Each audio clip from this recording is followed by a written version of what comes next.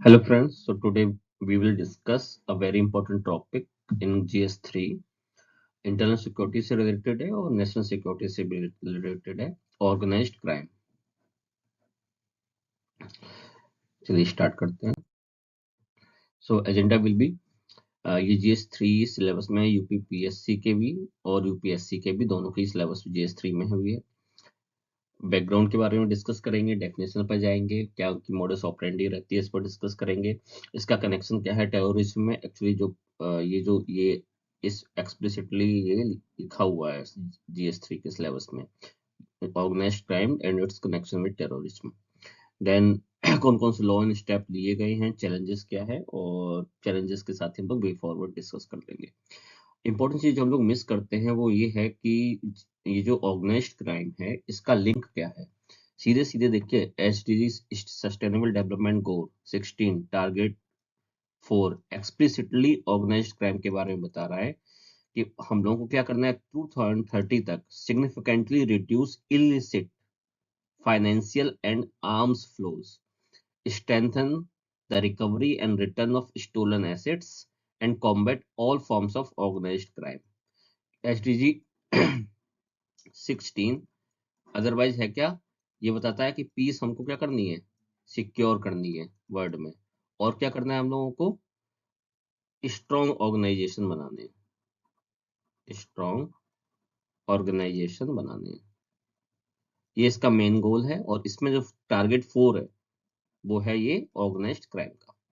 तो ये टॉपिक इस पर्पज से भी बहुत ही इंपॉर्टेंट हो जाता है। ये एस्पेक्ट हम लोग जनरली मिस कर देते हैं, लेकिन सस्टेनेबल डेवलपमेंट अगर हम लोगों को चाहिए तो हम लोग को ऑर्गेनाइज्ड क्राइम पे कंट्रोल करना ही पड़ेगा। नेक्स्ट क्या है, नेक्स्ट है बैकग्राउंड के बारे में जान लेते हैं। जो ऑर्गेनाइज्ड क्राइम है बहुत पहले से चल रहा है। जैसे ठग्स होते थे, पहले ये फोटो में ठग्स दिखाए गए हैं, पिंडारी होते थे, बर्गीज होते थे, आपके गोसाई भी उनको कहीं कहीं कहते थे, चंबल में डकैट्स होते थे। ये सारे डेफिनेशंस जो हैं अलग अलग हैं, अलग अलग लोकेशन वाइज इनको बताया गया है। अब जैसे ठग्स हैं, ठग्स के बारे में थोड़ा बताया है कि स्लीमन, जो WS स्लीमन था, उसने क्या किया था, ठगों का अंत किया था एक तरीके से। जब ये विलियम बेंटिंक ने 1835 में ठगी एंड डकैती डिपार्टमेंट बनाया, तो इसको इसका कमांडेंट या सुपरिंटेंडेंट बनाया था। तो ठग इसने खत्म किए थे। इससे पहले जो पिंडारीज थे, पिंडारीज को क्या लॉर्ड हेस्टिंग्स ने खत्म किया था। और ये पिंडारीज का मेनली जो कंक्लूसिव एक्ट जो था वो थर्ड जो एंग्लो मराठा वार था,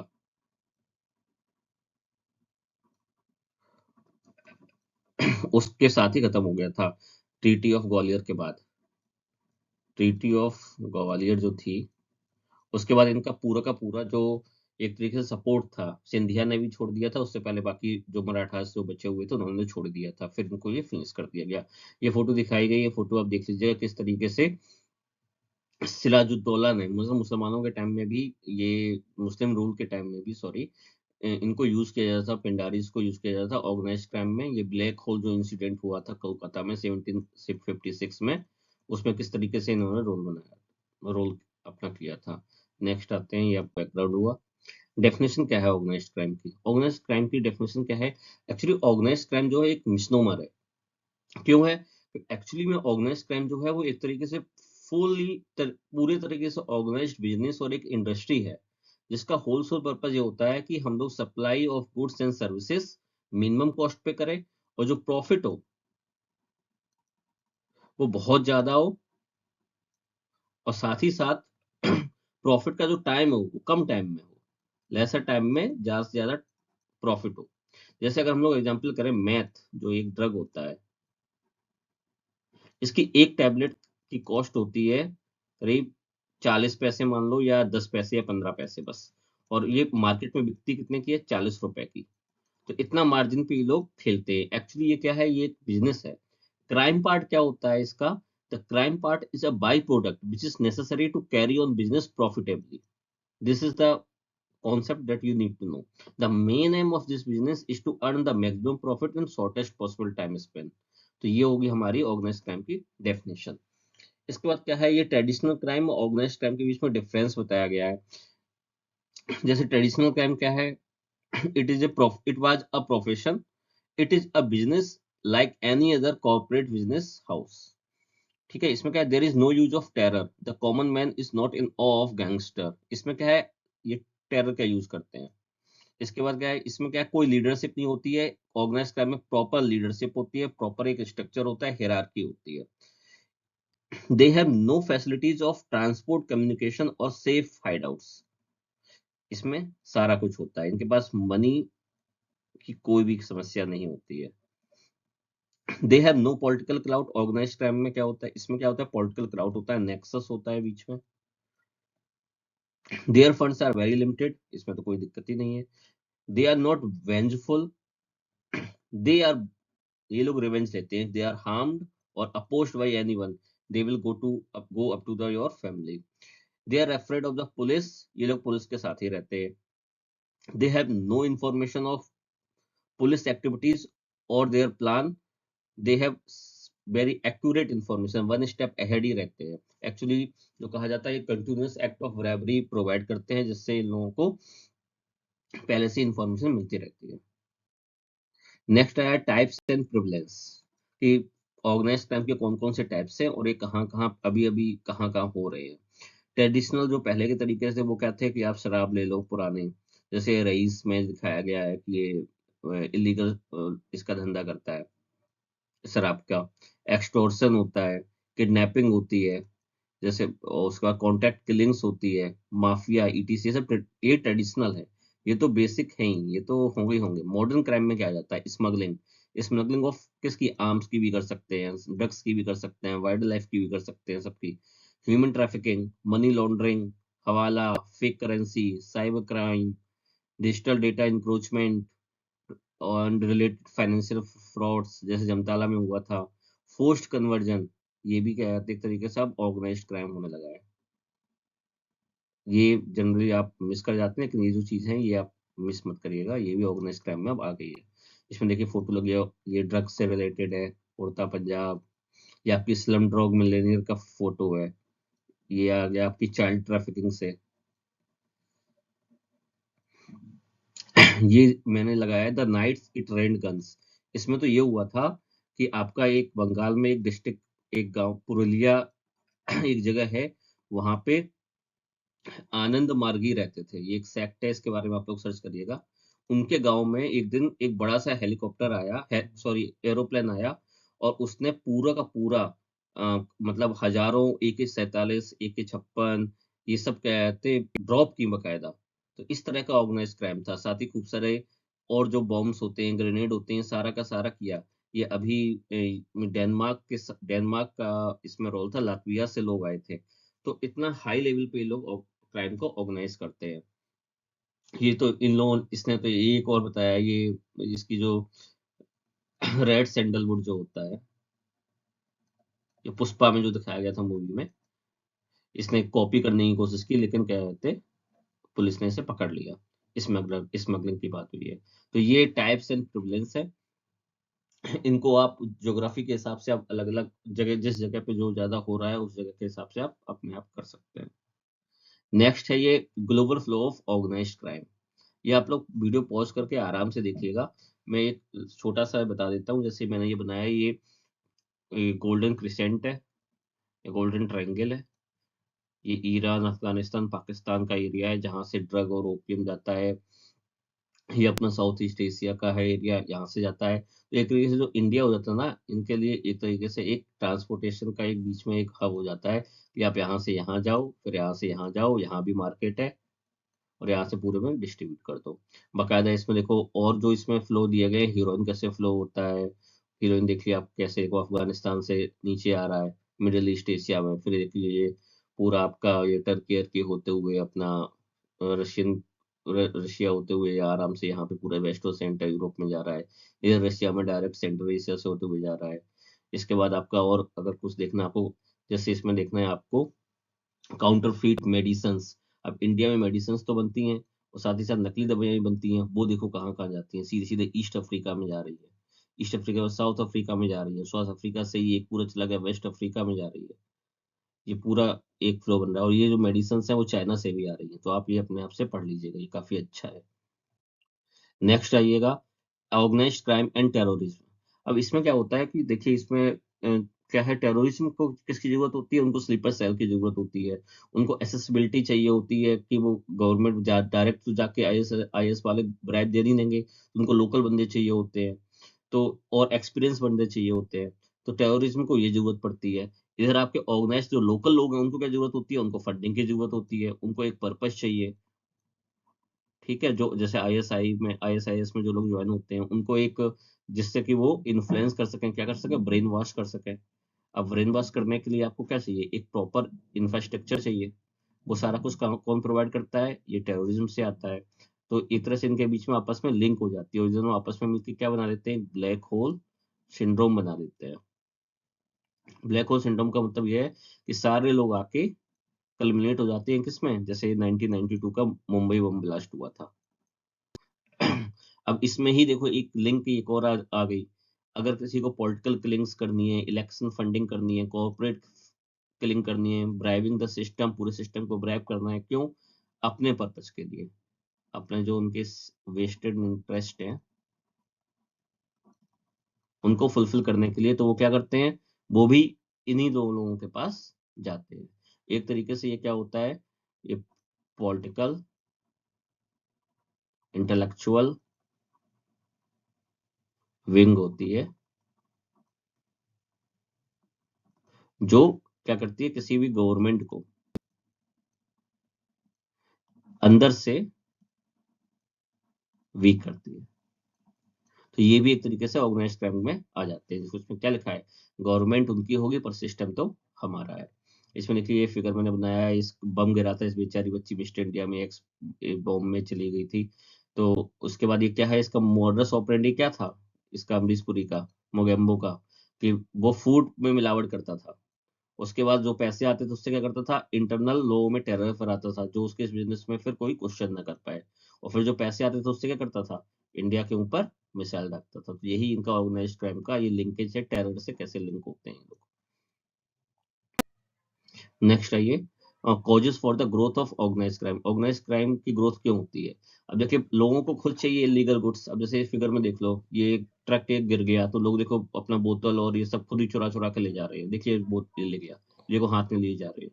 तो लोगों को खुद जरूरत है, और इसका कोई लोगों ने एक वो कर दिया है, संस्कृताइजेशन, यानी कि आप ये कह लो संस्कृताइजेशन मतलब नॉर्मल कल्चर में ले आए कि हाँ आप ये करोगे तो सब लोग चुप रहेंगे, और सब लोग चूंकि गलत कर रहे हैं तो सब एक दूसरे की हाँ में हाँ मिलाएंगे।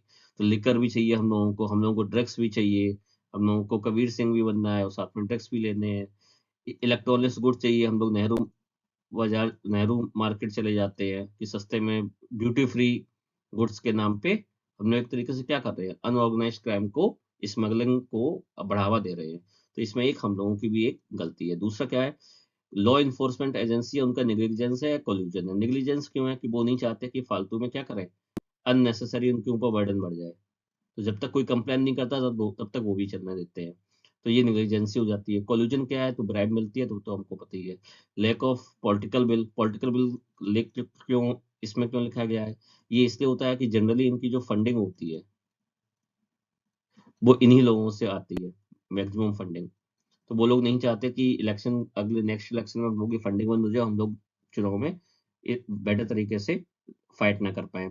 पब्लिक डोसिलिटी बहुत बड़ा फैक्टर है। पब्लिक डोसिलिटी का मतलब ये है कि जब तक किसी के ऊपर इंडिविजुअल किसी पे कोई हार्म नहीं होता तब तक वो हर चीज को इग्नोर करते रहते हैं।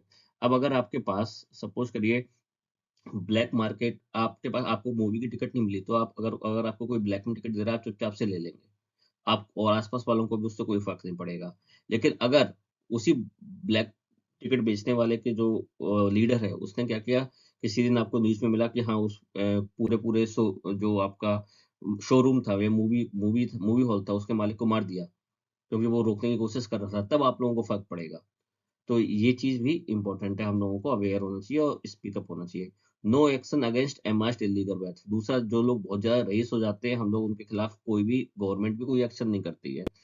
और जबकि इसमें लिखा है, behind every great fortune there is a crime. अब है the inadequacy of existing law. ये तो एक है ही, एक्चुअली लॉ है भी तो वो अपडेट नहीं हो रहे हैं। अपडेट क्या नहीं हो रहे हैं, बहुत ज्यादा ब्लैंक स्पेस छोड़ देते हैं जिनको ये ऑर्गेनाइज्ड क्राइम वाले अपने तरीके से मैन्यूवर कर देते हैं। दूसरा क्या है, ऑरा ऑफ टेरर, लोगों में एक डर है, जैसे ये मैंने दिखाया है, जो आया है वो जाएगा भी, बस मर्जी हमारी होगी मिर्जापुर में। तो इसका फर्क क्या पड़ता है ग्रोथ ऑफ ऑर्गेनाइज्ड क्राइम का, कि जब हम लोगों की जो जनरेशन ग्रो हो रही है वो देख रहे हैं कि लोग इस काम से बहुत जल्दी जल्दी पैसे बना रहे हैं, तो वो क्या करते हैं, वो इन्हीं क्राइम की तरफ जाने की और जल्दी पैसा कमाने की ओर आकर्षित होते हैं। तो वो डिफरेंट पोंजी स्कीम में अपने आप को एनरोल कर लेंगे और एक तरह से चीट हो जाते हैं। Steps taken to curb organised crime, कौन कौन से स्टेप्स लिए हैं? इंटरनेशनल लेवल पे क्या है, जो ये इंटरपोल है, ये मेनली बहुत बड़ी एजेंसी है जो इन सब चीजों को देखती है। इसका काम क्या है कि जो ट्रैफिकिंग हो रही है या फिर जो ट्रांसनेशनल क्राइम है, एसिड रिकवरी हो रही है, इन सब में ये पार्टिसिपेट करती है। एसिड रिकवरी का काम ये आजकल ये एफएटीएफ के साथ करने लगी है। एफएटीएफ क्या है, फाइनेंशियल एक्शन टास्क फोर्स। इसका मेन पर्पस क्या होता है, मनी लॉन्ड्रिंग को रोकना और टेरर फाइनेंसिंग को रोकना। ये अपनी ग्रे लिस्ट में लोगों को, उन कंट्रीज को इंक्लूड करती है जो टेरर फाइनेंसिंग के अगेंस्ट में अपने एक्शन अच्छे से ला नहीं पा रहे हैं। दूसरा ये 1267 जो अपना कमेटी थी, जिसका नाम अब चेंज कर दिया गया है, दाइश एंड अल कायदा सैंक्शन कमेटी। इसने अभी क्या किया है, इसने क्या किया है कि चाइना ने जो अभी टेक्निकल होल्ड लगा रखा था, किस पे लगा रखा था कि ये लश्कर ए तैयबा का जो ये मक्की नाम का जो ये लीडर था, एक तरह से डिप्टी कमांडेंट मानो, उसको ब्लैकलिस्ट अब हो जाएगा चाइना के होल्ड के बाद। तो ये भी कमेटी अब क्या करती है, ये काउंटर टेररिज्म में काम करती है। दूसरा, ये सबसे बड़ी ये एजेंसी बन के निकली है, UNODC, the United Nations office on drugs and crimes. ये भी क्या करती है, इलिसिट ड्रग यूज को, ट्रांसनेशनल क्राइम को रोकती है। दूसरा एक अपना ये बना है, international consortium on combating wild life crime, ICWC. ये बना है साइट से मिलके, अपना Interpol plus UNDC plus world bank plus world custom organisation, इन सबको मिला के इन्होंने क्या किया, एक होलसम नेटवर्क बनाया है, किससे, वाइल्ड लाइफ और फॉरेस्ट क्राइम से लड़ने के लिए।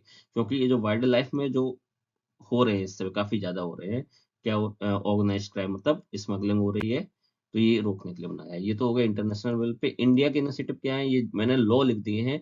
जनरली जो इनिशिएटिव्स हैं वो इन्हीं से रिलेटेड होते हैं, जैसे यूपा बना। दूसरा आपका ये आईटीपीए बना, ये ट्रैफिक से रिलेटेड हो गया। ये आपका माफी, ये आपका जो लॉ एंड ऑर्डर से रिलेटेड जो भी अगर ऑर्गेनाइज क्राइम हो रहा है उसे रोकेगा। दूसरा आपके इंडियन पेनल कोड में भी सेक्शन 370, 370 ए, 372, 370 सी में ह्यूमन ट्रैफिकिंग और सेक्सुअल एक्सप्लॉयटेशन जो गर्ल्स का हो रहा है उससे रिलेटेड बातें कही गई हैं। आपका ह्यूमन ऑर्गन्स को रोकने के लिए है, स्मगलिंग हो जाएगी। आपका ये Maharashtra control of organise crime act, MCOCA जो बना था, ऐसे यूपी का बना है, यूपी सीओसी है। ये सारे जो बने हैं, कर्नाटक में भी बना हुआ है, ये भी बने हुए हैं। दूसरा आपका ये नारकोटिक्स वाला डिपार्टमेंट है, ये इसका एक्ट है। दूसरा वाइल्ड लाइफ प्रोटेक्शन एक्ट में भी वाइल्ड लाइफ लीगल ट्रैक रोका गया है। आईटी एक्ट में आपका साइबर क्राइम से रिलेटेड बातें की गई हैं। तो ये इंडिया के इनिशिएटिव्स हैं जो लिए गए हैं। नेक्स्ट आइए चैलेंजेस पर। चैलेंजेस क्या हैं, देखिए ये मैंने फिर से कोट किया है। अगर इसको पाना है, if this is our aim 2030, तो हमको क्या करना पड़ेगा, एक तो नंबर एक जो जुडिशरी है उसको बहुत ही वाइजली ये डिफरेंशिएट करना पड़ेगा कि किन लोगों को हम लोग बेल दें, किन लोगों को बेल नहीं दें। क्योंकि जनरली अभी जो रूल है, bail remains the rule and the jail is the exception, तो लोग बहुत जल्दी बेल पे बाहर निकल आते हैं और अगेन फिर वो क्राइम करते हैं। दूसरा क्या है, एग्जिस्टिंग लॉ में जो डेफिनेशन है बहुत ही वेग है, लूप होल्स बहुत ज्यादा है, जिसको क्राइम लॉयर्स अब अच्छे अच्छे वकील लेके एक्सप्लॉइट करते हैं।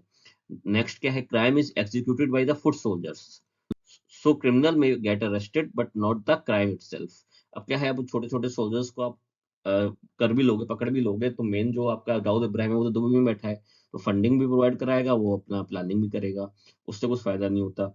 Nexus between mafia, political leaders and government officers, ये तो सबसे बड़ा चैलेंज है ही। इसको अगर ब्रेक कर दिया, इफ दिस, अगर इस वाले पॉइंट को हम लोगों ने कर दिया, तो आधे से ज्यादा प्रॉब्लम दूर हो जाएगी।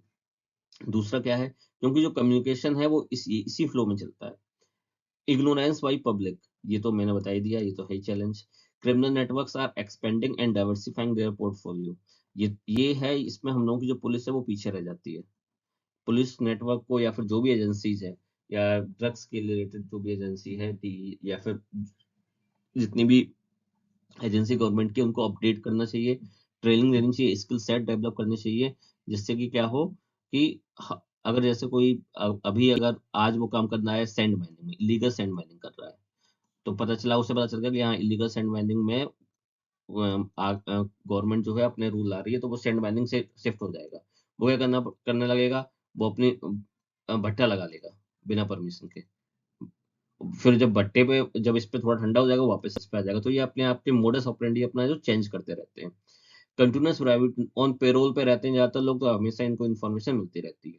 अब देखिए प्राइम मिनिस्टर पीएम मोदी ने क्या किया था, 19th इंटरपोल की जनरल असेंबली जो थी प्रगति मैदान में हुई थी पिछले साल।